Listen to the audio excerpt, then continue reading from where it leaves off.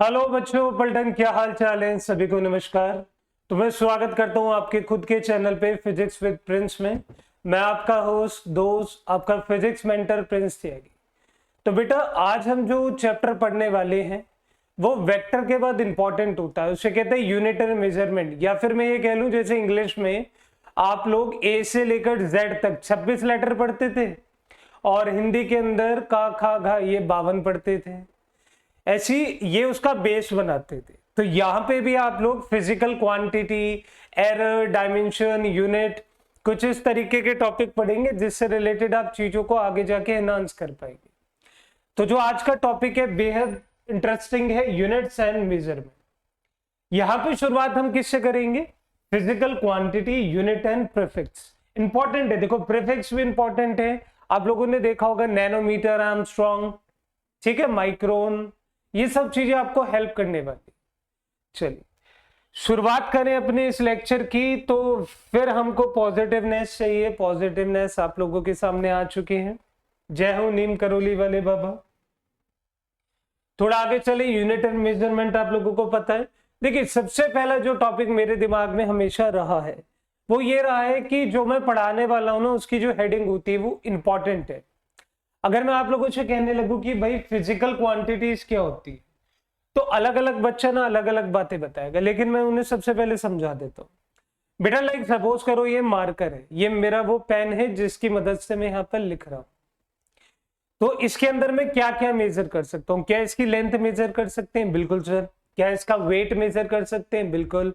मास major कर सकते हैं? बिल्कुल। लेकिन दोनों कॉन्ट्राडिक्टरी क्वेश्चन है ये कि मास वेट में क्या मेजर हो सकता है।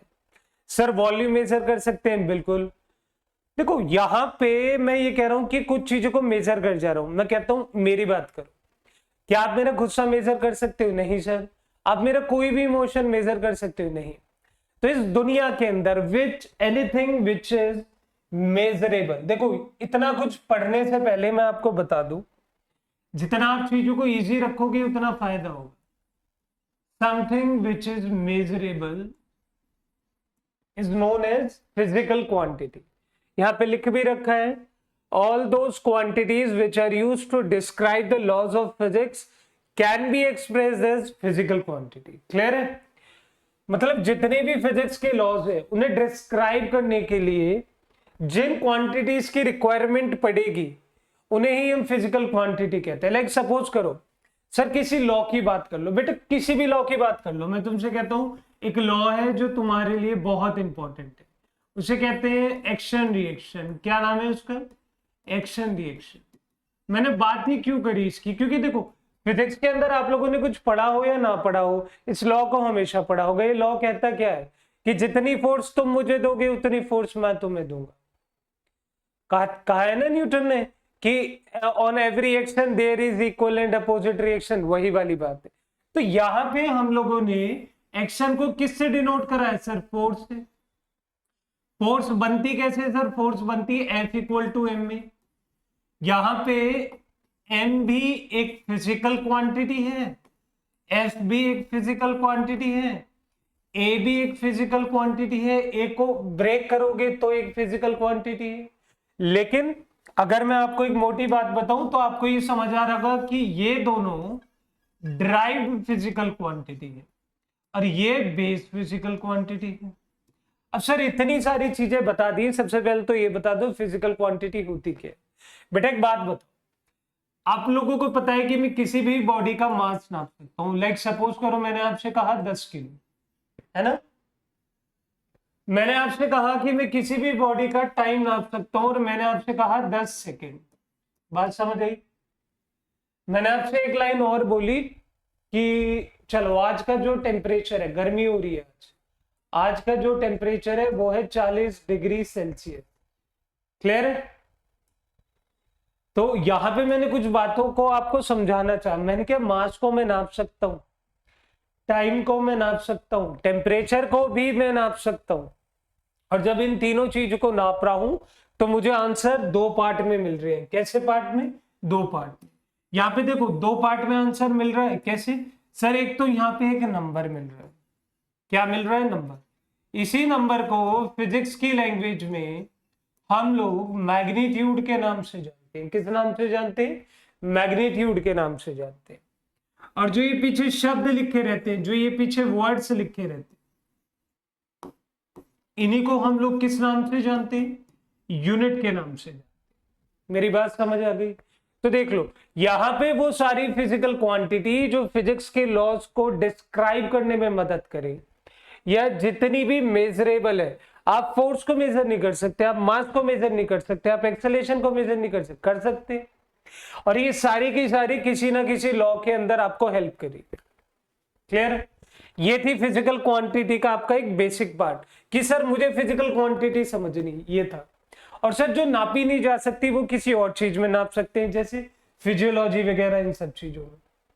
थोड़ा आगे चलते हैं, देखते हैं। देखिए, अगर हम क्लासिफिकेशन की बात करें तो क्लासिफिकेशन बेसिकली और broadly is of two type. कौन कौन सी है वो समझो भाई। देखो, पहले वाले की बात करें तो पहले वाली आती है based on the dependency. Dependency का मतलब होता है कि इनका जो नेचर होता है, नेचर क्या होता है भाई? देखो, नेचर की बात करें तो फंडामेंटल मतलब जो खुद ही बेस है, हर चीज का बेस है, मतलब ये किसी चीज पे डिपेंड ही नहीं करती।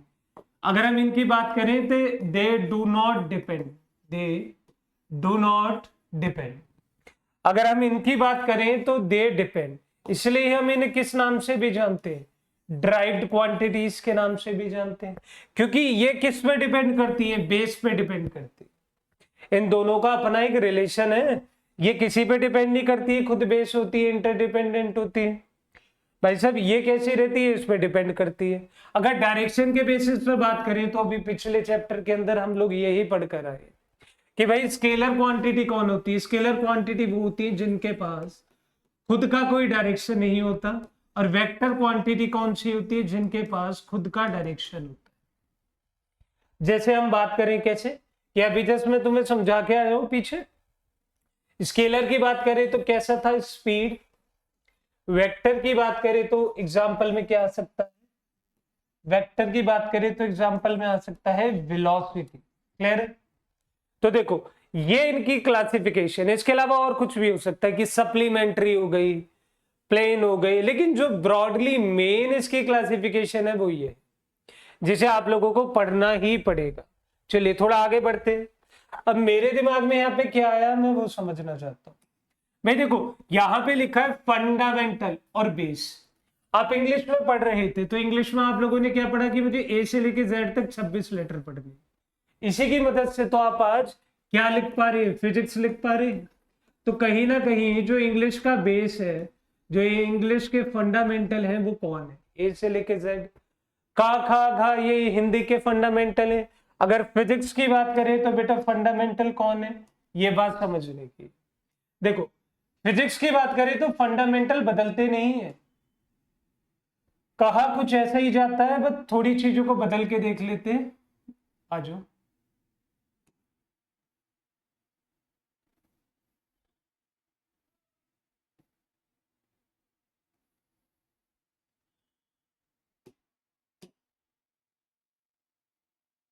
यहां पे मैंने दो बॉक्स क्यों बनाए, इसका रीजन है।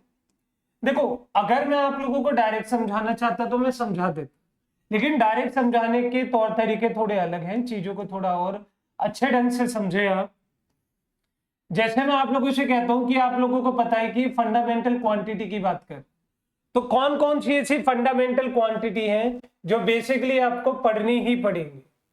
तो हम उसके बारे में एक बार बात कर लेते हैं।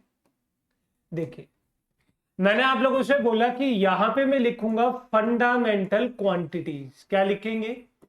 Fundamental quantities. और यहां पे क्या लिखेंगे? उनकी यूनिट्स। अभी किसी तरह की कोई बात नहीं करेंगे कि यूनिट कैसी।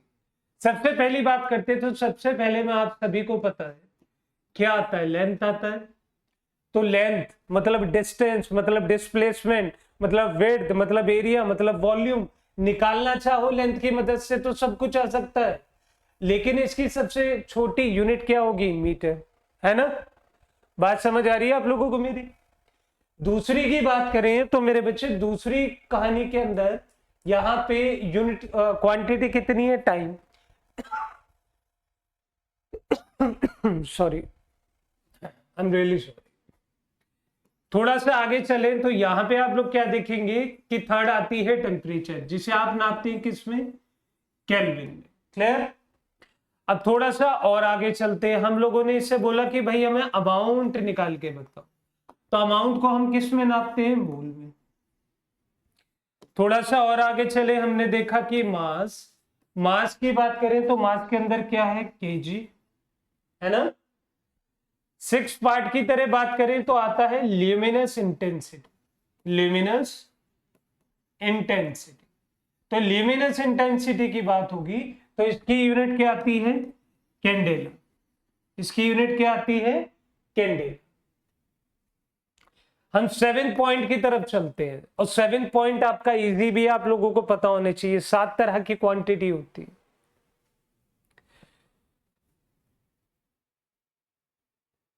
लेंथ, टाइम, टेम्परेचर, अमाउंट, मास, ल्यूमिनस इंटेंसिटी, एक और है, उसका नाम बताओ सोच के, क्या हो सकती है कि हाँ सर ये होगी, क्योंकि इनकी मदद से ही हम आने वाले जितने भी पार्ट हैं सारे कर लेंगे। देखो यहां लेंथ का मतलब बहुत कुछ है, लेंथ का मतलब डिस्टेंस भी है, लेंथ का मतलब डिस्प्लेसमेंट भी है, लेंथ का मतलब विड्थ भी है, बहुत सारी है। अब जो ये यहाँ पे यूनिट की बात है, ये सारी कौन सी है, एसआई यूनिट। एसआई का क्या है, सिस्टम इंटरनेशनल, मतलब जो फिजिकल क्वांटिटी के साथ हमारी यूनिट्स रहती है, हम उन्हें एसआई यूनिट के नाम से ही जानते हैं। क्लियर है इतनी बात। अगर मैं सिंपल मोटी मोटी तुमसे यहाँ पे बात करूं तो देखो, लेंथ के लिए हमने क्या करा, मीटर, किलोमीटर यूज नहीं करा। ऐसा क्यों है, क्या बातें हैं, किस तरह का फिनोमिना है, सब देखेंगे। टाइम के लिए हम लोगों ने क्या यूज करा है, सेकेंड। टेम्परेचर के लिए हम लोगों ने क्या यूज करा है, केल्विन। अमाउंट के क्या यूज करा है, मोल। मास के लिए क्या यूज करा है, किलोग्राम। ल्यूमिनस इंटेंसिटी के लिए क्या यूज करा है हम लोगों ने, कैंडेला। तो देखो यहाँ पे हमारी सारी इंपॉर्टेंट चीज हो गई, लेकिन जो मैं यहाँ पे लिखने वाला हूं उसे हम लोग कहते हैं करंट। इसे थोड़ा रोक के बताने का रीजन ही यही था। पहली बात तो ये डिनोट होती है एम्पियर से। बेटा कई बच्चों को ऐसा लगता है कि स्केलर है, वेक्टर है, इन चीजों पे हम जाएंगे नहीं, लेकिन हम कुछ चीजों को समझना चाहेंगे अच्छे ढंग से। कैसे, देखो ये वो फिजिकल क्वांटिटी है जो तुम्हारी आने वाली क्वांटिटी बनाएगी। कल को मैं तुमसे कहता हूं कि मुझे स्पीड निकालनी है, तो तुम्हारे दिमाग में दो ही बातें आएंगी। सबसे पहली बात आएगी डिस्टेंस, अपॉन में क्या रहेगा, टाइम। तो अब ध्यान से देखिए, ऊपर क्या रहेगा, मीटर, और नीचे क्या रहेगा, सेकेंड। तो इसकी यूनिट क्या हो गई डायरेक्ट, भाई इसकी यूनिट हो गई मीटर पर सेकेंड। यूनिट कितनी हुई, मीटर पर सेकेंड। तो आप ध्यान से देख रहे हैं कि डिस्टेंस एक फंडामेंटल यूनिट क्वांटिटी है, ये भी एक फंडामेंटल क्वांटिटी है, लेकिन अगर इसकी बात करें तो ये कौन सी क्वांटिटी बन गई, ड्राइव्ड क्वांटिटी बन गई। मेरी बातें समझ आ गई तुम्हें। चलिए थोड़ा आगे की तरफ चलते। ड्राइव्ड क्वांटिटी बन कैसे रही है, बेसिकली देखो ड्राइव्ड क्वांटिटी कहां से ड्राइव्ड हुई होंगी, they drive from fundamental, they derive from fundamental quantity। जैसे फॉर एग्जाम्पल आपको वेलोसिटी निकालनी है, तो डिस्प्लेसमेंट अपॉन टाइम करोगे, तो यहां पे ये मीटर है, यहां पे ये सेकंड है, तो कितनी बैठ गई, मीटर पर सेकेंड। अगर आप वेलोसिटी को टाइम से डिवाइड करना चाहते हैं तो कितनी आ गई, एक्सेलरेशन। तो आप ध्यान से देखते जाए, एक यूनिट पता होनी चाहिए, बाकी बनती चल जाएंगी। इसकी बात करें F equal to m a की, तो m की आपको पता है, तो kg metre per second square. ये देखो आपके पास हर तरह की क्वांटिटी है जो खुद में संपूर्ण है, जिसे रिक्वायरमेंट ही नहीं है किसी चीज की, वो कहलाती है फंडामेंटल। जिन्हें जरूरत पड़ती है किसी चीज की उन्हें कहते हैं ड्राइव्ड क्वांटिटी। मेरी बात समझ आ गई, उन्हें क्या कहते हैं, ड्राइव्ड क्वांटिटी। या कुछ ऐसे समझ लो कि जैसे हम केमिस्ट्री के अंदर पढ़ते थे कि कुछ गैसेस होती हैं जो इनर्ट गैसेस होती है, जो किसी के साथ अपना रिएक्शन नहीं करती, वो थी फंडामेंटल। और जो हर किसी के साथ कर जाती थी, जैसे फ्लोरीन, क्लोरीन, वो थी क्या, ड्राइव्ड क्वांटिटी। मेरी बात समझ आ गई। एक दो और देख लेते कि सर हमें ये नहीं समझ आया। लाइक फॉर एग्जाम्पल और बात करते, मैंने आपके सामने एक बात रखी, लाइक मैंने आप लोगों को कहा कि जो वर्क है आपका वो ड्राइव्ड क्वांटिटी, आपने कहा सर ऐसा क्यों? क्योंकि देखो वर्क का फॉर्मूला क्या है, वर्क का सिंपल सा फॉर्मूला है, वर्क कहता है कि F equal to F dot S. Force की बात करें तो MAS। ये तीन तरह की क्वांटिटी से मिला। अगर हम इसकी भी बात करें तो इसमें ये बेस क्वांटिटी है, ये बेस क्वांटिटी है, लेकिन अगर हम एक्सेलेरेशन की बात करें तो ये ड्राइव्ड क्वांटिटी। देखो बात वही आ गई ना फिर से। तो मैं आपको वही बातें सिखा रहा था स्टार्टिंग में जो कुछ बच्चे नहीं समझ पाए कि यहाँ पे जो क्वांटिटी है, जो यहाँ पे यूनिट है, वो दो दो तरह की मिलेंगी।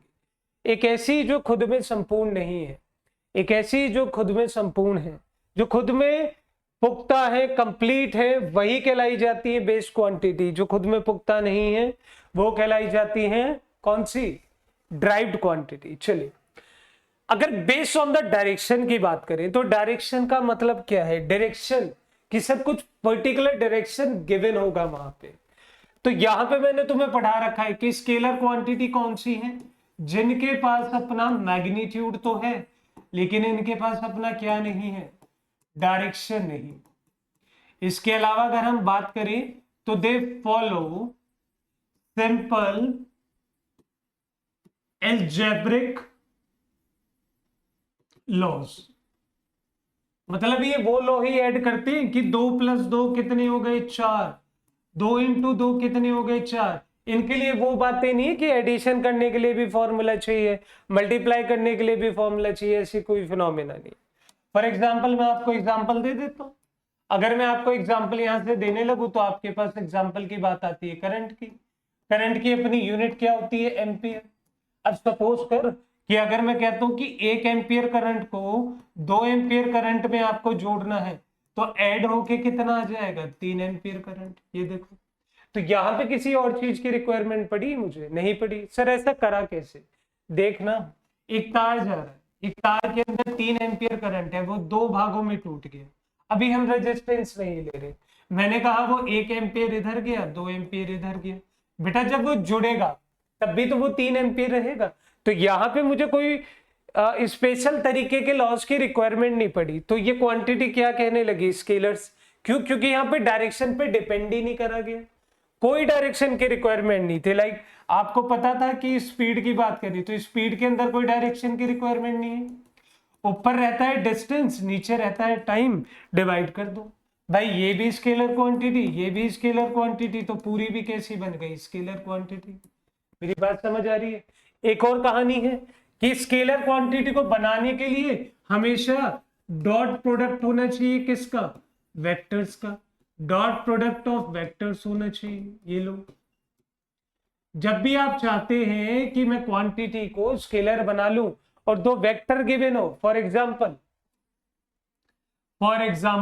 कौन से वाला सर? वर्क। देखो वर्क के अंदर एफ की वैल्यू और एस, ये डिस्प्लेसमेंट है, फोर्स है, दोनों वेक्टर क्वांटिटी है, डॉट निकाल दिए, मेरी वर्क आ गया। मेरी बात समझ पा रहे हैं आप लोग? तो देखिए कितना इजी है चीजों को समझना। फिजिकल क्वांटिटी एक बार में समझ आ जाएगी अगर ये वीडियो को ध्यान से देख लोगे। चलो वेक्टर की बात करें तो वेक्टर के लिए मेरे दिमाग में क्या आता है फिर से? सर वही बात आती है कि मैग्नीट्यूड तो है, डायरेक्शन भी है,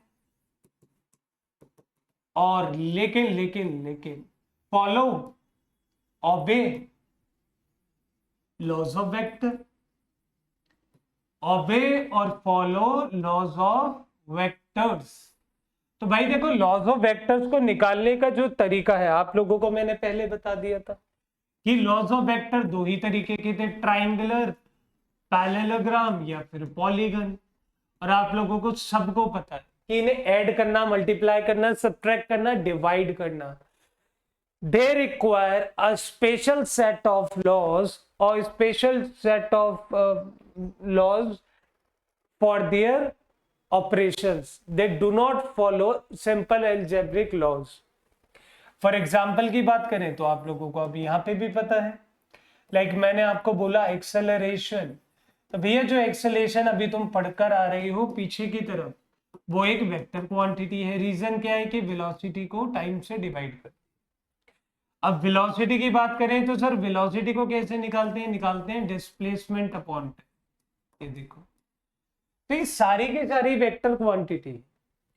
अगर आप वेक्टर चाहते हैं तो आप याद रखिएगा कि किसी भी दो वेक्टर्स का हमेशा क्या निकाल दें, क्रॉस प्रोडक्ट निकाल दें। तो क्रॉस प्रोडक्ट अगर आप निकालते हैं किसी भी दो वेक्टर्स का, तो वहां पे हमेशा क्या आ जाएगा, वेक्टर आ जाएगा। क्या मेरी इतनी बात तुम्हें समझ आ गई है? फॉर एग्जाम्पल एक और ले लो। अगर हम एग्जाम्पल की बात करें तो इलेक्ट्रिक फील्ड, मैग्नेटिक फील्ड, क्योंकि इनके पास अपने अपने डायरेक्शन। जैसे इसका डायरेक्शन क्या है, नॉर्थ से लेके साउथ में। इसके डायरेक्शन की बात करें तो आप लोगों को सबको पता है, पॉजिटिव फेंकता है नेगेटिव लेता है, तो प्लस से नेगेटिव हो सकता है। तो हर तरह की कहानी आपके पास है। आपके पास स्केलर भी है, आपके पास वेक्टर भी है, किसी भी तरह को यूज करो और चीजों को निकालो। तो अभी तक मैंने क्या क्या समझा, मैंने अभी तक ये समझा कि फिजिकल क्वांटिटी होती क्या है, फिजिकल क्वांटिटी समझ आ गई। क्लासिफिकेशन समझ ली, क्लासिफिकेशन के अंदर डिपेंडेंसी उनके नेचर के ऊपर, फंडामेंटल ड्राइव्ड क्वांटिटी, और डायरेक्शन के ऊपर स्केलर और वेक्टर क्वांटिटी। थोड़ा सा आगे बढ़े तो सबको बेसिकली अच्छे अच्छे ढंग से डिस्क्राइब करता गया हूं, कुछ ऐसी चीज नहीं जो तुम्हें नहीं आती होगी। देखिए यहां से कुछ बच्चे मुझे एक दो लाइन कहते हैं कि सर हम लोगों ने तो कुछ बातें समझी हैं कि physical quantity can be classified as dimensional, dimensionless, constant, variable, and some physical quantity cannot be completely specified even by their magnitude, unit and the direction. These are called the tensors. तो बेटा इसे पहले समझो कि tensor कौन होती है। Tensor वो होती है जो ना स्केलर हो, जो ना वेक्टर हो, जो दोनों हो। नहीं समझ आया? ना तो वो स्केलर होती, ना ही वो वेक्टर होती, वो दोनों होती है। उसके बाद दोनों चीजें होती हैं, तीनों चीजें भी हो सकती हैं, जो चाहे वो हो सकता है। फॉर एग्जाम्पल की बात करें, मूवमेंट ऑफ इनर्शिया। पहले वाले की बात करें तो डायमेंशन हम लोग आगे जाके समझेंगे कि अपना एक यूनिट हर कोई डायमेंशन बनाता है। जैसे आप लोगों को इतना पता होगा कि डायमेंशन को लिखने का तरीका क्या होता है, MLT। तो कुछ ऐसी क्वांटिटी है, लाइक फिजिकल क्वांटिटी की बात करें सबसे पहले, तो कुछ ऐसी फिजिकल क्वांटिटी है, जैसे मैं आप लोगों से कहता हूं म्यू। म्यू का मतलब क्या था, रिफ्रैक्टिव इंडेक्स। भाई ये लाइट के अंदर पढ़ते हैं, रिफ्लेक्शन में, रिफ्रैक्शन में सॉरी। यहाँ पे आप लोग फॉर्मूला देखते हैं sine i upon sine r. अगर इसका कोई फॉर्मूले की यूनिट नहीं आ रही, यूनिट कितनी आ रही है, 1। अगर ये यूनिट लेस है तो आपको पता है कि इसकी डायमेंशन कितनी होगी, M0 L0 T0। तो भैया ये हो गया कितना, डायमेंशन लेस। अब कुछ क्वांटिटी है जो डायमेंशन भी देती है, लाइक सपोज करो F equal to m a. तो F equal to m a की बात लिखें तो यूनिट क्या आएगी, kg metre per second square. तो भैया डायमेंशन कितनी हो गई, MLT -2। देखो ये डायमेंशन वाली बात अभी जो बच्चे 11th में आए हैं, जो आज पहली बार इस चैप्टर को पढ़ रहे हैं, या जिन्हें अब तक डायमेंशन नहीं समझ आया, इस पॉइंट तक मैं कह रहा हूं कि उन्हें कुछ चीजें कम समझ आएगी। मे बी उन्हें तीसरे चौथा लेक्चर जो इसका होगा उसमें डायमेंशन क्लियर हो जाएगा। लेकिन यहां तक आपका बहुत इंपॉर्टेंट फैक्टर है जो आपको लेके चलना है। देखिए हम थोड़ा आगे चलते हैं, हम कांस्टेंट की बात करें तो कांस्टेंट बहुत सारे। चलो मैं एक कांस्टेंट की बात कर लेता हूँ, कैपिटल जी, जिसकी वैल्यू होती है 6.67 into 10⁻⁻11 newton metre square upon kg square. ये एक कांस्टेंट है जिसे कहते हैं क्या, ग्रेविटेशन कांस्टेंट, जो आप लोगों ने हर किसी ने एक एक बार पढ़ रखा है, पता है। वेरिएबल की बात करें तो वेरिएबल वो वैल्यू होती है जो अपने आप को चेंज करती रहती है, उनकी कोई फिक्स वैल्यू, जैसे इसकी फिक्स वैल्यू, उसकी कोई फिक्स वैल्यू नहीं होगी। एक्सेलरेशन को, फोर्स को ही देख लो, अगर कल को मास बदल गया, ए बदल गया, तो ये कभी 1 न्यूटन, कभी 2 न्यूटन, कभी 3 न्यूटन, कभी 4 न्यूटन, कभी 5 न्यूटन। सर ये एन क्या लिख रहे हो, एन इनकी यूनिट का सिंबल है, और यूनिट क्या है सर, यूनिट है सिंबल न्यूटन। 1 2 3 4 क्या है इसके अंदर, ये है इसके मैग्नीट्यूड। बात समझ आ गई सभी को? चलो अब जिसकी हम बात इतनी देर से कर रहे हैं कि सर ये यूनिट है, सर ये यूनिट है, सर ये यूनिट है, क्या है यूनिट, किस बारे में बात करती है यूनिट? बेटा देखो, यूनिट से काफी सारी चीजें मैं यहां पे लिख देता हूं कि ये कंपल्सरी नहीं है। This is not compulsory every time a physical quantity should be associated with a unit, कि जरूरी नहीं है कि हर फिजिकल क्वांटिटी के पास अपनी एक यूनिट होगा। कुछ कुछ फिजिकल क्वांटिटी यूनिट लेस भी होती है, जैसे भी आप ये पढ़कर आए हो। समझ आ गई मेरी बात? तो यूनिट बेसिकली है क्या? यूनिट वो नंबर वर्ड्स है जो स्पेसिफाई करता है। लाइक मैंने आपसे बोला कि 1 लीटर वाटर लाओ मेरे लिए, तो आपको क्या पता चला कि लीटर किससे डिफाइन करके दे रहा है? वॉल्यूम पे। अब आधे नालायक कहते हैं कि सर हम तो 1 किलो पानी मंगा लेते हैं। भाई तुम्हारा क्या कर सकते हैं हम? डे टू डे लाइफ में अपनी इतनी गलतियां करते हैं कि हमें ही नहीं पता चलता कि यार ये गलतियां हो कैसे रही है। 1 किलो, अब भाई किलो पानी कैसे मंगा रही हो तुम? पानी तो हमेशा वो उसमें है ना, लिक्विड में, लिक्विड की वॉल्यूम निकाली जाएगी। जैसे मैंने आप लोगों से कहा कि भैया मेरे पास है फोर्स, तो फोर्स को नापने के लिए मैंने क्या देखा कि मैंने करा मास इनटू एक्सेलरेशन। तो जैसे मास इनटू एक्सेलरेशन पे गए तो यूनिट कितनी बैठी? KG metre per second square. और यहीं से मैं लिख सकता हूं साइंटिस्ट का नाम, उस साइंटिस्ट का नाम भाई जिसने ये यूनिट को लिखा था, उस साइंटिस्ट का नाम था न्यूटन। अब मेरे दिमाग में ना कुछ बातें आने वाली, मेरे दिमाग में ये बातें आने वाली हैं कि सर आप टाइम के लिए तो सेकंड भी लिख सकते थे, आप टाइम के लिए तो आर भी लिख सकते थे, है ना? आप टाइम के लिए मिनट भी लिख सकते थे, बिल्कुल लिख सकता था। आप लेंथ के लिए मीटर के अलावा सेंटीमीटर, किलोमीटर, मिलीमीटर कुछ भी लिख सकते थे, बिल्कुल बच्चे लिख सकते थे। कुछ बातों को समझाऊंगा, समझना। सर आप मास के लिए किलोग्राम, कुंटल, टन, स्लैग कुछ भी लिख सकते थे। मेरी बात समझ आ रही है? पाउंड लिख सकते थे, चलो पाउंड ले लो, ये रहा।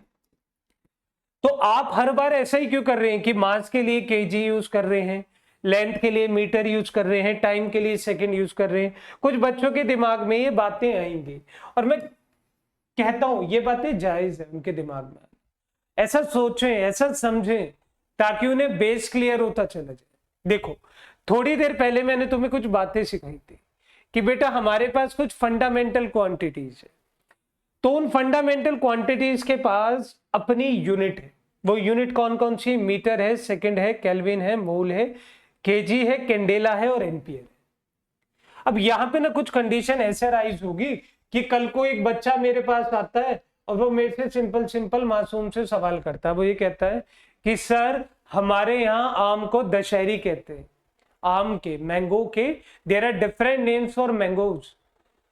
तो अलग अलग जगह कोई कहता है कि सर ये दशहरी आम है, कोई कहता है चौसा है, कोई कहता है लंगड़ा है। ये नाम है, हंसने की जरूरत नहीं है, ये नाम है। यार मैं तो आम ही कहता हूं, मैं तो मैंगो कहता हूं। लेकिन अलग अलग देश के, अलग अलग प्रांत के, अलग अलग रीजन के, अलग अलग रिलीजन के, अलग अलग कास्ट के बंदे आके लड़ाई करेंगे, कहेंगे कि सर हमारे यहाँ तो आम इस तरीके से बोला जाता है। आप कहोगे सर, हम कहेंगे कि आप मैग्नीफेरा इंडिका बोल दो। अब आपके दिमाग में जो बात आई है मैग्नीफेरा इंडिका, ये उसका साइंटिफिक नेम है जो all over the world apply हो सकता है।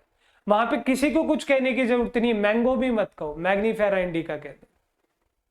तो ऐसी अगर हम यूनिट की बात करें, बेटा यूनिट के अंदर ना 4 सेट ऑफ सिस्टम आए थे। वो सिस्टम कैसे बैठे थे मैं आज आपको बता देता हूं।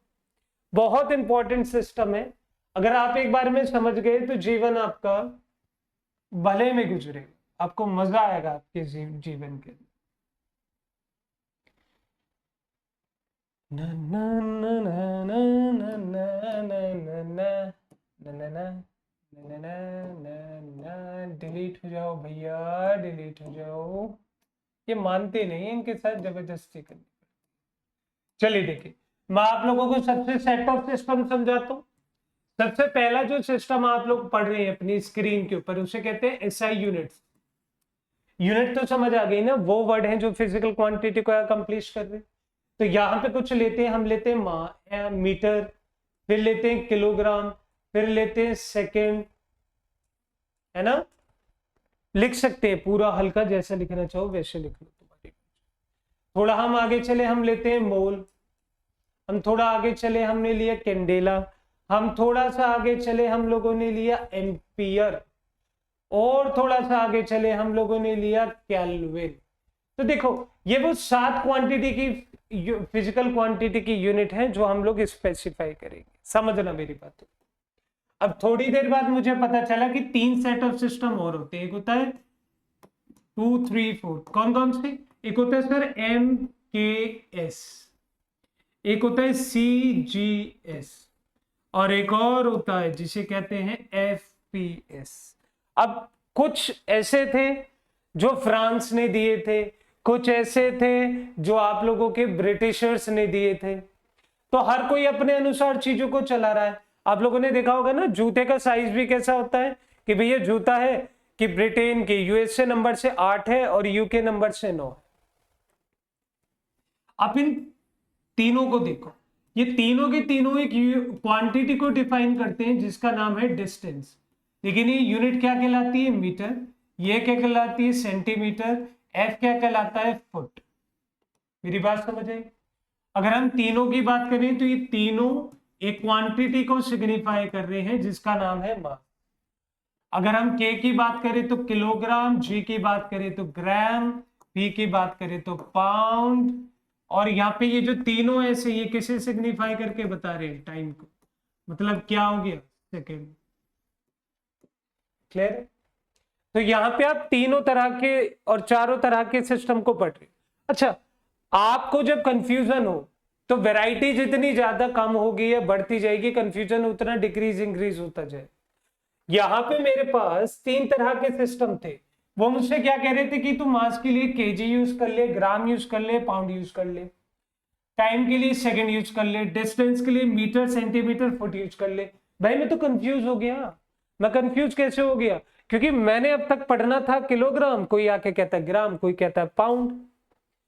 यहां पे एक कमेटी बैठी, उसने कहा कि भाई तुम केवल और केवल हमारी बात सुनो। उस कमेटी का नाम था सिस्टम इंटरनेशनल सिस्टम्स। उसने ये कहा कि हर किसी के लिए एक एक होगा, जैसे डिस्टेंस के लिए मीटर, मास के लिए किलोग्राम, सेकंड के लिए किसके लिए होगा? टाइम के लिए, मोल किसके लिए होगा? अमाउंट के लिए, कैंडेला किसके लिए होगा? इंटेंसिटी जो पीछे बताया, और एम्पियर किसके लिए होगा? करंट के लिए, और केल्विन की बात करें तो होगा टेम्परेचर के लिए। तो देखिए इतनी सारी चीज। अब हुआ क्या, ये पहले की थी, ये एक्सपेक्टेड नहीं थी। क्यों? क्योंकि ये कंफ्यूजन बढ़ा रही थी। लेकिन यहां पे जो इसका सबसे बड़ा यूज है वो ये है कि ये हमेशा कन्वर्जन में मदद कर रही थी। किस में मदद कर रही थी? कन्वर्जन में मदद कर रही थी। अगर आपको यकीन ना हो तो जब अभी हम न्यूमेरिकल करेंगे, जब हम क्वेश्चन करेंगे तो आप देख लेना। बेशक ये कंफ्यूजन क्रिएट कर रही है, लेकिन ये कंफ्यूजन को कम भी कर रही है। जैसे मैं आपसे कहूं कि 1 किलो में कितने ग्राम है, तो आप इस कन्वर्जन को इसकी मदद से सॉल्व कर सकते थे। ये कन्वर्जन में हेल्प कर रही थी। देखो समझ पा रहे हैं मेरी बात को या नहीं? चीजों को समझ रहे? ये बताइए, बात क्लियर हो रही है ना आप सभी को? कैसे क्लियर होगी? थोड़ा सा आगे चलते।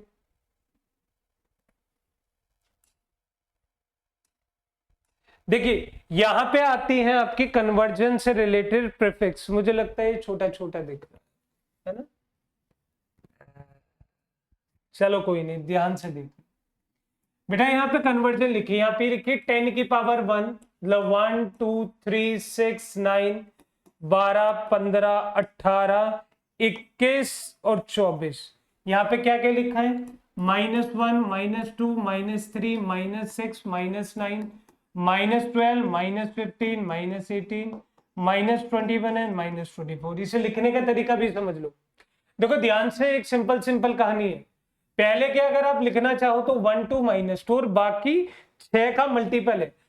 3 into 2, 3 into 3, 3 into 4, 3 into 5, 3 into 6, 3, 7, 3, 8, मतलब 3 3 3 3 बढ़ाते जाओ। पहले का 1 और 2 होगा। तो जैसे 1 कहीं यूज करते हैं, हम लिख सकते हैं डेका, जैसे डेकामीटर। हेक्टो के लिए कितना आएगा? 2 किलो के लिए। अभी लिख रखा है ना किलोग्राम, तो ग्राम के आगे के लगा दिए तो वैल्यू कितनी हो गई? वो 10 की पावर 3 मेगा। आप लोग लिखते हैं मिलियंस कि सर मेरे 1 मिलियन। मैं आपसे कहता हूं कि कल को आप लोगों की दुआ, आशीर्वाद और आपके समर्पण सपोर्ट की वजह से मेरे 4 मिलियन फॉलोअर हो गए, 4 मिलियन सब्सक्राइबर हो गए। तो मैं खुश क्यों? क्योंकि 4 मिलियन का मतलब क्या है? 40 लाख। 10 की पावर 9 गीगाबाइट। कहते हैं ना कि मुझे जीबी चाहिए सर, 1 जीबी डेटा। तो वो 1 जीबी डेटा कौन सा है? ये रहा। 1 टेराबाइट। सर टेराबाइट मतलब 1 टेराबाइट की हार्ड डिस्क लेके आता हूं मैं, हार्ड डिस्क लेके आता हूं। ऐसी नाम याद कर लो, टी, पेटा, हेक्सा, जेटा, योटा। नेगेटिव में जाओ तो डेसी, सेंटीमीटर, याद आया? सेंटीमीटर, मिली, माइक्रोन, नैनो, पिको, फेटो, एटो, जेप्टो, योटो। देखो इसकी एक शॉर्ट ट्रिक बताऊंगा बहुत जल्दी, आप लोग शॉर्ट को देखते रहिएगा। ये शॉर्ट ट्रिक आप अपने जीवन काल में कभी नहीं भूले। चलिए थोड़ा आगे की तरफ चलते हैं। हम लोग यहाँ पे इंपॉर्टेंट कन्वर्जन देखते हैं। देखो यहाँ पे जो इंपॉर्टेंट कन्वर्जन है मैं वो तुम्हें समझा सकता हूँ, लेकिन इंपॉर्टेंट कन्वर्जन से पहले मैं आपको यहीं से कुछ बातें सिखाएं। देखिए कल को अगर आप लोग मुझसे आगे कहने लगे सर मेरे पास 1 नैनोमीटर पैसा है, सॉरी 1 नैनोमीटर की सड़क है, तो मैं कहूंगा तेरे पास 10 की पावर 9 मीटर है। कल को तुम मेरे पास आए, आप कहते हैं सर मेरे अंदर 1 mm की पथरी है। पथरी जानते हैं आप लोग? भाई पथरी वो होती है स्टोन, स्टोन हो जाती है किडनी के अंदर, गॉल ब्लैडर के अंदर, तो उनकी देखते हैं, तो उसे मीटर में ऐसे निकाल ले, सेंटीमीटर में। तो ये सब चीजें कन्वर्जन में हेल्प करती। और कुछ फिनोमिनल कन्वर्जन देखते। सर कन्वर्जन कैसे? जैसे मैं आप लोगों से बात करूं तो कुछ कन्वर्जन ऐसे होते हैं कि आप लोगों ने बचपन में एक वो पढ़ा होगा कि हम सबके पास एक स्केल होता था 15 सेंटीमीटर का, लेकिन वो कितना होता था? 6 इंच का। तो उससे हमें एक बात पता चली कि 1 इंच के अंदर 2.5 सेंटीमीटर होते थे। एक आदमी जो कि 6 फीट के मुताबिक है, वो एक 6 फीट का आदमी का मतलब क्या होगा? 6 फीट मतलब कितना? 1.8 मीटर, लगभग लगभग 6 फीट का आदमी 1.8 मीटर होता है। तो ये जो कन्वर्जन है ना, ये लोग तुम्हें आते हैं, ऐसा नहीं है कि तुम्हारे दिमाग में नहीं आता। तुम्हें पता है 1 मीटर में कितने सेंटीमीटर होते हैं, 1 फुट में कितना होता है, 1 किलोग्राम में कितना होता है, सब कुछ पता है। लेकिन ये एग्जाम में पूछा ही नहीं जाता, एग्जाम में कुछ अलग पूछ लिया जाता है। जैसे 1 मीटर में तुम्हें पता है कि 100 सेंटीमीटर 1000 mm होते हैं, क्लियर है? 1 किलोमीटर के अंदर इतने माइल्स होते हैं। माइल का क्या मतलब होता है? माइल का मतलब होता है 1.6, ये रहा मतलब, या फिर 1.609 किलोमीटर होंगे या फिर इतने metre. Nautical mile, nautical mile generally water की बाउंड्रीज को नापने में मदद करते हैं, वाटर की बाउंड्रीज को नापने में मदद करते हैं। ये कितना लिखा? 1852, तो लिख सकते हैं 1.852 मीटर। इंच मैं भी बता रहा था ना कि 1 इंच में लगभग 2.5 सेंटीमीटर होता है, वही 1 फीट की बात करें तो 12 इंच, और 1 फीट की बात करें तो आप लोगों को पता होना चाहिए कि 1 फीट के अंदर होते हैं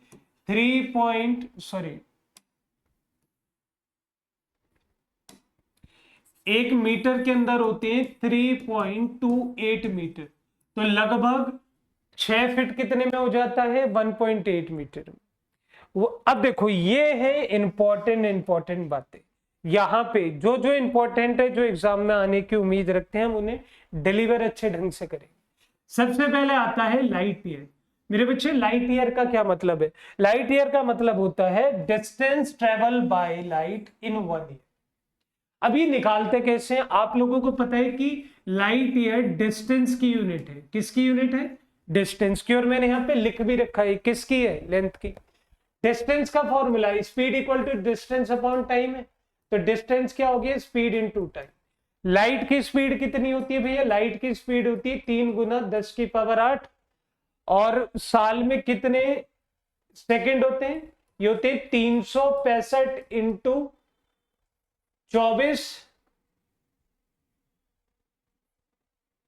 इंटू 60 इंटू 100। अब इसे जैसे ही मल्टीप्लाई करोगे मेरे लाल, पता है कितना आएगा? 9.46 इंटू 10 की पावर 15 मीटर। बात समझ आ गई? आज ये बातें क्लियर हो गई कि एक लाइट ईयर में कैसी चीजें निकालते हैं। वन एस्ट्रोनॉमिकल यूनिट क्या होती है उस बारे में भी जान लो। वन एस्ट्रोनॉमिकल यूनिट की बात करें तो वन एस्ट्रोनॉमिकल यूनिट तुम्हें इतना बताती है, देखिए आपका ये सन है, ये आपकी अर्थ है, तो मैं इसका कोई एवरेज डिस्टेंस जो निकालूंगा उसे वन एस्ट्रोनॉमिकल यूनिट कहते हैं। अगर हम डायरेक्ट बात करें तो देखो यहाँ पे कितनी लिखी है 1.49 इंटू 10 की पावर 11। अगर मैं ध्यान से देखूं तुम्हें पता है सन से लेके अर्थ तक आने में लाइट ही तो आएगी, इसके अलावा और आएगा कौन? तो लाइट को जो टाइम लगता है वो कितना लगता है? 8 मिनट 20 सेकेंड। तो अगर मैं इसमें टाइम को सेकंड में चेंज करूं तो लगभग 500 सेकंड लगेंगे, है ना।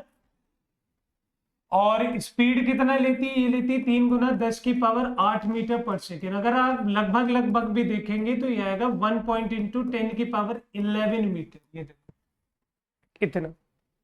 और वही बात लिखी जो मैं तुम्हें बता रहा हूं, average distance between sun and earth. ये सब चीजें निकाली जा सकती है, कोई बहुत बड़ी बात नहीं है जो तुम नहीं निकाल सकते। अब आखिर में आती है पार्ट सेकंड। बेटा सबसे ज्यादा कंफ्यूजन बच्चा इससे रखता है, उसे ऐसा लगता है जैसे लाइट ईयर, तो भैया वो ईयर को सोचते ही अपने दिमाग में क्या लिया था? टाइम। ऐसी 1 पार्ट सेकंड को सोचते ही वो क्या सोचता है कि ये तो सेकंड का कोई 10वां 12वां 13वां मतलब 10th 11th 12th 13 14 कोई पार्ट है। लेकिन पार्ट सेकंड का क्या मतलब होता है? पार्ट सेकंड तुम्हें केवल इतनी बात बताता है, वो कैसे बताता है वो सीख लो। देखिए अगर हम पार्ट सेकंड की बात करें तो पार्ट सेकंड कुछ इस तरीके से हम लोगों को चीजें समझाता है कि यहाँ पे आपका सन है, यहाँ पे आपका अर्थ है, तो आप लोगों को पता है कि ये कितना है? 1 एस्ट्रोनॉमिकल यूनिट। बेटा यहां से यहां तक का जो ये पार्ट कैलकुलेट करोगे इसे कहते हैं 1 पार्ट सेकंड। 1 पार्ट सेकंड का मतलब क्या है? 1 पार्ट सेकंड का इतना सा मतलब है कि जब हम 1 सेकंड का एंगल बनाते। सर ये क्या कर रही है, हमें समझ नहीं आया। बेटा एक बात बता, तेरे पास एक सर्कल है, सर्कल के अंदर अगर हम देखें तो एंगल इस तरीके से बनता है। अगर ये एंगल है तो एंगल या तो सेकंड में नापा जा सकता है, या मिनट में नापा जा सकता है, या रेडियन में नापा जा सकता है, या डिग्री में नापा जा सकता है। आप लोगों को पता होना चाहिए कि एंगल को निकालने के लिए भी अलग अलग तरह की चीजें होती हैं। कोई सेकंड होता है, कोई मिनट होता है, कोई रेडियन होता है, कोई डिग्री होता है। और इसका फॉर्मूला होता है theta equal to arc upon radius. तो बेटा अगर आपको ये वैल्यू निकालनी है तो इसकी और इसकी रिक्वायरमेंट पड़ेगी आपको। इन दोनों की रिक्वायरमेंट की मदद से कल को आप 1 पार्ट सेकंड की वैल्यू निकाल सकते हैं, जो कितनी आती है? 3.08 इंटू 10 की पावर 16 मीटर, या फिर 3.26 लाइट ईयर। यहां तक बात समझ आ गई सभी को? कोई ऐसी कंफ्यूजन जो तुम्हारे दिमाग में चल रही हो, जो तुम्हें ना समझ आए, पूछ लेना। चलिए अगर हम मास की बात करें तो देखिए मास में भी बहुत सारी इंपॉर्टेंट क्वांटिटी है। कौन कौन सी है? 1 किलो में इतने ग्राम होते हैं। एलबी मतलब क्या होता है शरीर? एलबी मतलब होता है पाउंड। पाउंड समझ आता है? जैसे जिम का सामान नहीं होता, जिम के सप्लीमेंट आते हैं, पाउडर फॉर्म आती है, वहां पे जो डंबल के वेट होते हैं, रॉड के वेट होते हैं, वो पाउंड में लिखे रहते हैं। तो देखो अप्रोक्स आधा होता है। तो कल को कोई 20 पाउंड का लगा रहा है तो डायरेक्ट कह देना कि तू 10 किलो का मार रहा है, हमें पागल मत बनो। होते हैं ना लोग दिखाते हैं कि 400 का मार रहे, लेकिन वो 200 का होगा। 1 कुंटल 100 किलो, 1 टन। देखो अब इसके अंदर बहुत कंफ्यूजन है। 1 टन और 1 मैट्रिक। मैट्रिक जब भी आ जाए वो कंप्लीट एक नंबर होता है जो 10,000 या 100 की रेंज में होता है। 1 आउंस सबसे छोटी है एक तरीके से अगर आप देखें, और उससे भी छोटी क्या है? 1 MU। देखिए अगर हम बात करें तो ये वो सारी चीजें हैं जो हमें विजिबल है, जो मैक्रो फॉर्म में क्या है? आदमी हो गया, कोई सेब हो गया, कोई भी ऐसी चीज जो मुझे नापनी पड़ रही है। एक गाड़ी का वेट नाप लो तो इतना आएगा, एक ट्रक का वेट नाप लो तो 1000 किलो आएगा, एक इंसान का वेट नाप लो, चलो एक फल लेके आए 1 किलो हो गया, 1 आउंस किसी को ड्रॉप दे रहे हो वो हो गई। लेकिन ये 1 MU क्या है? ये है एटॉमिक मास यूनिट, इसे कहते हैं एटॉमिक मास यूनिट। 1 MU ये किसे डिफाइन करती है? एटम को डिफाइन करती है। एटम वो है जो नॉट विजिबल है। एटम क्या है? Atom is unit of everything. मतलब everything is made up of atom. जो चीज हम देख ही नहीं पा रहे उसका भी तो मास होगा, उसका जो मास होगा वो किसकी मदद से आएगा, एटॉमिक मास यूनिट से। मेरी बात समझ आ गई। और कुछ ऐसी भी चीजें होंगी जो हमारी पहुंच से बाहर होंगी, जैसे सेलेस्टियल। अगर हम सेलेस्टियल की बात करें तो सेलेस्टियल, अच्छा इसकी ये कितनी होती है, ये होती है 1.67 इंटू 10 की पावर -27 kg। जितना जितना जितना तुम्हारा मास ऑफ प्रोटॉन और न्यूट्रॉन है। मेरी बात समझे, जितना तुम्हारा मास ऑफ प्रोटॉन और न्यूट्रॉन है। तो जितनी भी सेलेस्टियल बॉडीज हैं उनके लिए हम लोग यूज करते हैं कितना, CSL, Chandrasekhar limit, which is 1.4 into mass of sun. मेरी बात समझना, 1.4 इंटू मास ऑफ सन। अब आधे यहाँ पे मिलियन समझ लेंगे, मिलियन नहीं है, मास ऑफ सन। क्लियर आ गई मेरी बात समझ। अब आधे कहेंगे सर एक वो भी सुना था 1 मिलीग्राम, तो मैं तुम्हें कहता रहा हूं ये प्रीफिक्स है, एम पढ़कर आए हो 10 की पावर -ग्राम। देखो कल को किसी के आगे लिख दिया 1 मेगा किलो, तो 1 मेगा किलो घबराना मत, 10 की पावर 6 किलोग्राम कह रहा है वो बंदा। ये देखो अब 10 की पावर 6 किलोग्राम को आप लिख सकते हैं 2 मैट्रिक टन। कितना लिख सकते हैं, 2 मैट्रिक टन। तो ये सारी कंफ्यूजन आप जितना पढ़ोगे, जितनी प्रैक्टिस करोगे, सारी कंफ्यूजन दूर कर लोगे, मुझे पूरा भरोसा। देखो इसे तो मुझे नहीं लगता मुझे पढ़ाना चाहिए था, लेकिन पढ़ाना पड़ रहा है। 1 घंटे में 60 मिनट, एक दिन में 24 घंटे, 24 घंटे में इतने मिनट और सेकंड में। तो ये समझो कि ये तुम्हारी रोज का गोल्डन अपॉर्चुनिटी है। तुम रात पूरे दिन के लिए तुम्हें 86,400 रुपये दिए जाते। अब तुम उन 86,400 रुपये का करते क्या हो वो तुम पे डिपेंड करता है। एक साल के अंदर अगर हम देखें तो 31.56 सेकंड होते।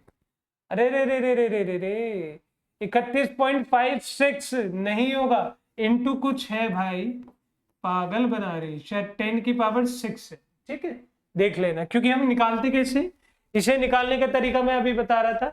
365.25 इंटू 24 इंटू 60 इंटू सेकेंड। अब कुछ बच्चे कंफ्यूज हो जाएंगे, अच्छा एक बात बताओ, एक दिन में कितने घंटे, 24 घंटे। एक घंटे में कितने मिनट, 60 मिनट। एक मिनट में कितने सेकंड, 60 सेकंड। तो ये तो हो गया एक दिन का कोटा। दिन कितने हैं, 365। तो लगभग कितना आ गया ये। और 1 शेक 10 की पावर -8 सेकेंड, ये सबसे छोटी इसकी यूनिट है, किसकी, टाइम की। कंफ्यूजन जो क्रिएट होती है जनरली टाइम को लेके, हम लोग वो यहाँ पे क्रिएट करते कि बाबा 1 पार्ट सेकेंड, 1 लाइट ईयर, ये सब ईयर और सेकेंड को देखते हमारा दिमाग कहाँ चला जाता है, हमारा दिमाग वहां चला जाता है कि सर ये सारी की सारी वैल्यूज वो है। चलो ये तो कुछ बात हो गई कि लेंथ की हो गई, मास की हो गई, टाइम की हो गई। कुछ मिसलेनियस पढ़ लेते। अगर मैं मिसलेनियस की बात करूं तो 1 मीटर स्क्वायर, 1 मीटर में 100 थे तो डबल कर दिया। 1 मीटर क्यूबिक में 10 की पावर 6, ये याद कर लेना। 1 न्यूटन में 10 की पावर 10। देखो कितना इजी है, समझो। आप लोगों को पता था कि फोर्स की यूनिट कितनी थी, मास इनटू एक्सेलरेशन। ये किस में गिवन है, ये गिवन है MKS में। मैंने इसे CGS में बदला, तो CGS में कितना होगा, 1 मीटर में कितना, मान लो 1 यूनिट फोर्स है तो कितना होगा, अरे आधे तो नालायक समझ नहीं पाएंगे। हाँ जी हाँ जी, तो मैं क्या कह रहा हूं, मैंने लिखा कि 1 न्यूटन के अंदर 1 किलोग्राम मीटर पर सेकेंड की एक्सेलरेशन चल रही है। ये सब कुछ किस में लिखा है, MKS। मैं चाहता हूं इसे किस में बदल दूं, CGS में। तो किलोग्राम को किस में बदलूंगा, ग्राम में, मतलब 10 की पावर 3 ग्राम। मीटर को किस में बदलूंगा, 10 की पावर 2 सेंटीमीटर, अपॉन में सेंटीमीटर स्क्वायर। तो 10 की पावर 5, अंदर क्या बचा, ग्राम सेंटीमीटर पर सेकेंड स्क्वायर। अब बच्चों के दिमाग में ना कुछ कंफ्यूजन चलेंगी, वो कहेंगे सर हम तो पढ़कर आए थे KG metre per second square, ये वैल्यू कितनी बन गई, न्यूटन। सर हम तो पढ़ के आए थे gram centimetre metre upon centimetre square, ये कितना बन गया, ये बन जाएगा 10 की पावर 5 डायल। देखिए बात समझ आ गई सभी को। जैसे 1 बार साइंटिस्ट का नेम है पास्कल, 1 पास्कल में इतना, वन एटम, ये सब कुछ पढ़ के देख ले। जैसे तीनों की तीनों किसके लिए हैं, ये सारी की सारी है प्रेशर के लिए। इन दोनों की बात करें तो ये किसके लिए हैं, दोनों एनर्जी के लिए। और ये लास्ट वाले की बात करें तो ये किसके लिए है, मैग्नेटिक फील्ड के लिए। तो जैसे जैसे आप चैप्टर्स को पढ़ते जाओगे, जैसे जैसे चैप्टर्स में क्वांटिटी आती जाएंगी, यूनिट आपको क्लियर होती जाएगी। यहां तक अगर आपको समझ आ गया हो तो यस और नो में जवाब दे दो।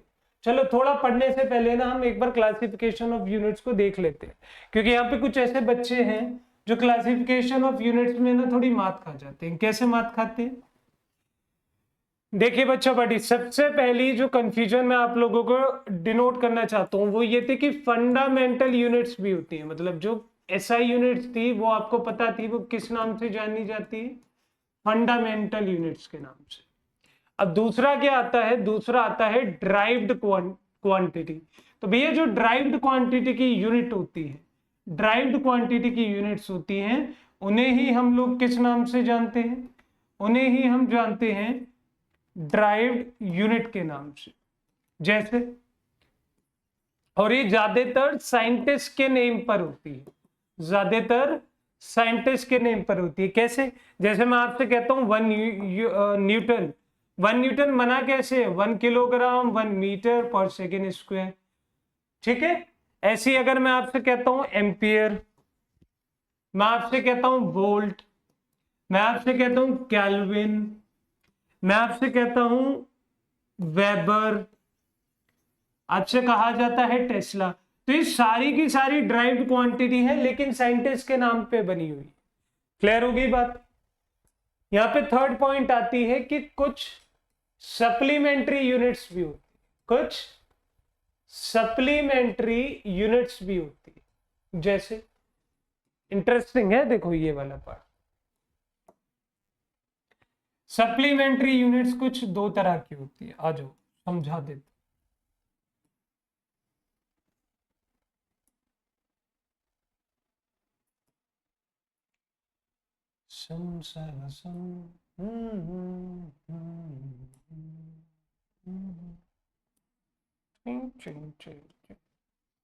भरो भाई, इसमें कलर क्यों नहीं भरते हैं, कलर भरो भाई। मुझे लगता है कलर नहीं, चलो हम अपने हाथों से भर देते हैं, मत भरिए आप कलर। हमने लाल कलर लिया, टिक टिक टिक टिक टिक टिक टिक टिक, ना ना ना ना ना ना ना ना ना ना ना ना ना।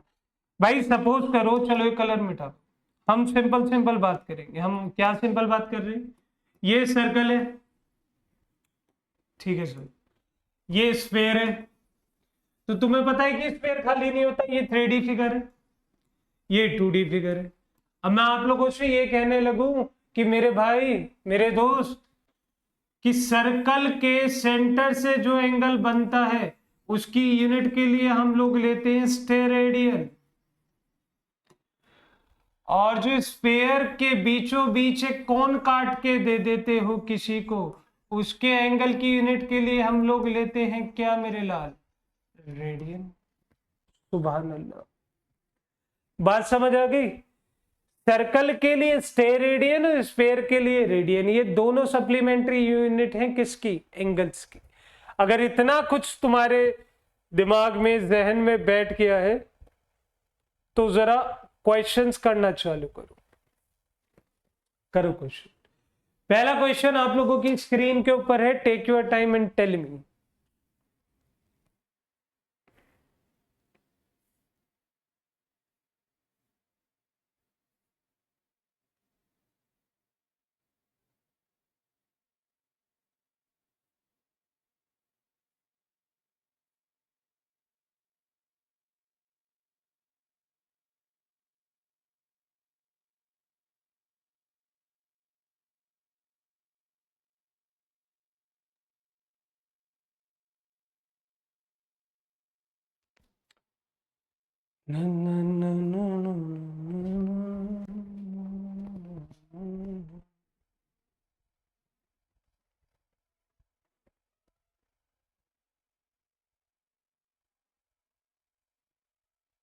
अरे रे रे, एक गलती कर दी हम लोगों ने, गलती कर दी, शिट शिट, ये बदल दी।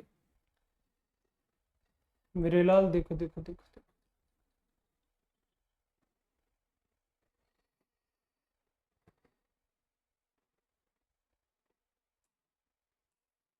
ये सर्कल ही है, लेकिन इसकी यूनिट रेडियन होती है, ठीक है, गलती करी। और इसकी यूनिट स्टे रेडियन होती है। मतलब क्या है, उन बातों को समझ लो। यहाँ पे कुछ अब खलीफा हैं वो जो थोड़ा ज्ञान देंगे, लेकिन मुझे ज्ञान से मतलब नहीं है, मुझे सिर्फ आप लोगों से मतलब है। जब किसी सर्कल के अंदर हम लोग 1 डिग्री का एक एंगल सबटेंड करने वाले थे, 1 डिग्री का एंगल एक सबटेंड करने वाले थे, तो उसे हम लोग कहते थे रेडियन। और जब हम यहाँ पे कोण काटने वाले थे जिसका रेडियस पाई आर स्क्वायर के करीब होता था, मतलब जिसका ये वाला प्लेन का एरिया पाई आर स्क्वायर के इक्वल होता था, तो उसे हम लोग क्या कहते थे, स्टे रेडियन। वो उसकी सप्लीमेंट्री यूनिट थी। सॉरी ये गलती हो गई थी थोड़ी सी। चलो, अगर हम इस वाले क्वेश्चन के अंदर देखें, तो इस क्वेश्चन के अंदर हम क्या देखेंगे कि which of the following system of unit is not based on the unit of mass length and time, कि जो केवल मास लेंथ टाइम पर डिपेंड नहीं करते अकेले। सॉरी, यहाँ पे अलोन आएगा क्वेश्चन में थोड़ा, ठीक है। तो आप लोगों को पता है कि यहाँ पे अलोन है, यहाँ पे अलोन है, यहाँ पे अलोन है। ऐसा यूनिट एक ऐसी है जिसके अंदर मास लेंथ और टाइम के अलावा भी क्वांटिटी गिवन है। दूसरा, विच one of the following is unitless, मतलब जिनकी कोई यूनिट नहीं होती। तो अगर वेलोसिटी, देखो यहां पे एक शब्द दे रखा है ग्रेडियंट। जब कभी तुम्हारे दिमाग में एक शब्द आए कि भैया ग्रेडियंट, तो किसी भी चीज को, किसी भी फिजिकल क्वांटिटी को लेंथ से डिवाइड कर दे। जब कभी तुम्हें गिवन हो रेट, तो किसी भी फिजिकल क्वांटिटी को टाइम से डिवाइड कर दे। तो अगर मैं आप लोगों से यहां पे कह रहा हूं कि कौन सी फिजिकल क्वांटिटी यूनिटलेस है, तो यूनिटलेस होने के लिए मुझे पता है कि न्यूमरेटर और डिनोमिनेटर दोनों में सेम फिजिकल क्वांटिटी होनी चाहिए। न्यूमरेटर में भी सेम फिजिकल क्वांटिटी हो और डिनोमिनेटर में भी सेम फिजिकल क्वांटिटी हो। जैसे वेलोसिटी ग्रेडियंट, तो वेलोसिटी अपॉन लेंथ, तो लेंथ से लेंथ कट जाएगा, कुछ बचेगा, बिल्कुल बचेगा। ये देखो, प्रेशर अपॉन ग्रेडियंट, ऊपर प्रेशर है नीचे ग्रेडियंट है, ये भी नहीं हो सकता। फोर्स अपॉन ग्रेडियंट भी हो सकता, लेकिन डिस्प्लेसमेंट अपॉन ग्रेडियंट है इसका आंसर। क्यों? क्योंकि डिस्प्लेसमेंट का मतलब ही लेंथ है और नीचे भी लेंथ है, तो लेंथ को लेंथ से डिवाइड करोगे तो कितना आएगा, 1, विच इज कॉल्ड कितना, यूनिटलेस। थोड़ा आगे चलते हैं। Temperature can be express as derived quantity in terms of any of the following। बताइए बताइए बच्चा पाठी।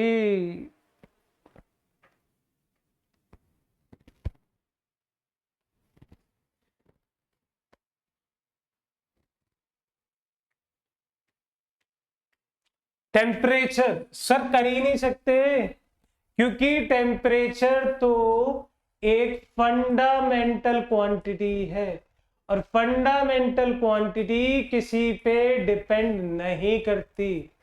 फंडामेंटल क्वांटिटी किसी पे डिपेंड नहीं करती। तो आंसर कितना आ गया, नन ऑफ दीज। चलिए, यहाँ पे क्या क्वेश्चन है, क्वेश्चन है the density of would is something 0.5 ग्राम पर centimetre cubic in the CGS system of unit, the numerical value of density in MKS। भाई इन्होंने कह रखा है कि इसकी यूनिट कितनी है, 0.5 ग्राम upon centimetre cubic. Centimetre cubic मतलब ये ऐसे लिखा है 0.5 ग्राम अपॉन सेंटीमीटर क्यूबिक। आप इसे MKS में करना चाहते हैं तो M का मतलब मीटर, K का मतलब किलोग्राम और टाइम गिवन नहीं है, तो भैया चेंज करना है। किसे, ग्राम को तो करना है किलोग्राम में, तो 0.5 इंटू 10 की पावर -3। सर ऐसा क्यों करा, क्योंकि 1 किलो में 1000 ग्राम होते हैं, तो माइनस में जाएगा। 1 सेंटीमीटर आप लोगों को पता होगा कि 1 मीटर में कितना होता है, 10 की पावर 2 सेंटीमीटर। 1 सेंटीमीटर में कितनी होंगे, 10 की पावर -2 सेंटीमीटर मीटर। और ऐसे अगर 1 सेंटीमीटर क्यूबिक की बात करें तो ये कितना होगा, 10 की पावर -6 मीटर, क्योंकि दोनों तरफ 2 से मल्टीप्लाई कर, तो वैल्यू नीचे कितनी बची, 10 की पावर -6 मीटर। तो ऊपर कितना है 0.5 इंटू 10 की पावर -3 प्लस 6, तो ये कितना आ गया 0.5 इंटू 10 की पावर 3। ये वैल्यू कितनी रह गई, ये रह गई 500। कितनी रह गई 500। तो देखो ये आंसर है आप लोगों का। यही वो कन्वर्जन है जिसको सीजीएस और एनकेएस क्या कर रहे थे, एनहांस कर रहे थे, समझाने में मदद कर रहे थे। थोड़ा आगे चलते हैं। Which one of the following is not the unit of time. बेटा मैं अभी समझा रहा था 1 microsecond, 1 leap year, 1 lunar month. Microsecond मतलब 10 की पावर -3 सेकंड, बिल्कुल है सर। लीप ईयर मतलब 366 दिन होते हैं जिस वर्ष के अंदर। और लूनार मंथ मतलब मून का टाइम पीरियड बोल रहा है, कितना होता है 27 दिन एवं 8 घंटा। तो ये तीनों की तीनों उसकी यूनिट है, लेकिन पैरालिटिक सेकंड किसकी है, डिस्टेंस की, जो अभी मैं तुम्हें पीछे पढ़ा के आया हूं, देख लो। तो करेक्ट आंसर कौन सा है इसके अंदर, डी। डी तुम्हारा करेक्ट आंसर। यहां तक सभी को बात समझ आ गई मेरे लाल। चलिए, और जाते जाते मैं कुछ आपको बातें बता देना चाहता हूं जो आपके जीवन में अच्छा रोल प्ले करेंगी। ये बातें और सुनते चले जाओ। देखो सबसे पहली बात है कि यूनिट को कभी भी इटैलिक्स में नहीं लिखते, कि कल को आप मेरे पास हो और कहो कि सर हम ऐसा लिखना चाहते हैं कि दिस इज न्यूटन, ऐसे नहीं लिखते। हम केवल लिखते हैं 1n, वो भी ऊपर की तरफ। तो this is wrong, this is right. Clear है। दूसरा, unit is never written with a capital initial letter if it is named after as a scientist.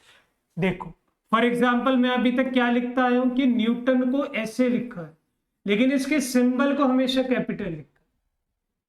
अगर किसी भी यूनिट का जो नाम है वो किसी साइंटिस्ट के नाम पर है तो उसका कैपिटल लेटर हमेशा छोटा होना चाहिए, इनिशियल लेटर होना चाहिए। मेरी बात समझ आई? कुछ गलती कर दी क्या? इट इज नेवर रिटन, हाँ सही है कि कभी भी कैपिटल लेटर में नहीं लिखो इनिशियल, लेकिन उसका symbol is in capital letter for a scientist. Sir इसके अलग कुछ आ रहा है, अगर इसके कुछ अलग आ रहा है, लाइक सपोज करो तुम इसके अलग कुछ भी लिख रहे हो, मैं कह रहा हूं किलोग्राम लिख लो, किलोग्राम को ऐसे लिख लो, किलोग्राम, आगे आगे, जैसे साइंटिस्ट का नेम आएगा इनिशियल लेटर यूज करेंगे। कभी भी इसके आगे ऐसे नहीं लिख सकते कि सर 1 न्यूटन और न्यूटन के आगे आप लगा दो फुल स्टॉप, ये गलत हो।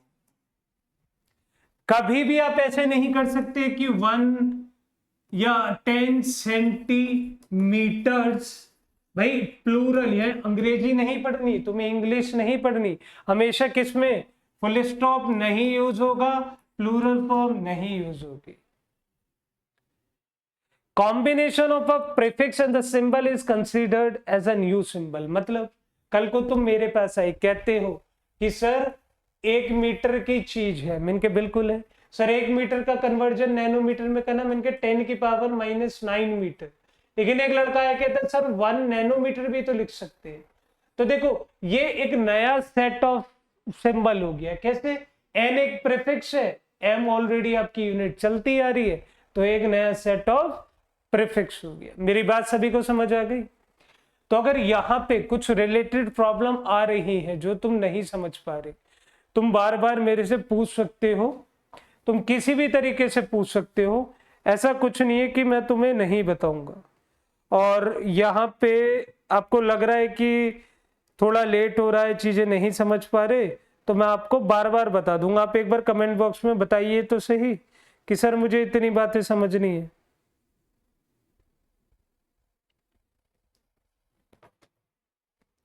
क्लियर है? चलिए फिर, thank you so much for this session. आप लोग आए, मुझे अच्छा लगा। वो थोड़ी एक इंपॉर्टेंट कॉल आ गई थी, आई एम सॉरी। और यहाँ पे किसी का कुछ रहता है तो प्लीज पूछ लो। चलो बच्चा पार्टी, बाय बाय सभी को।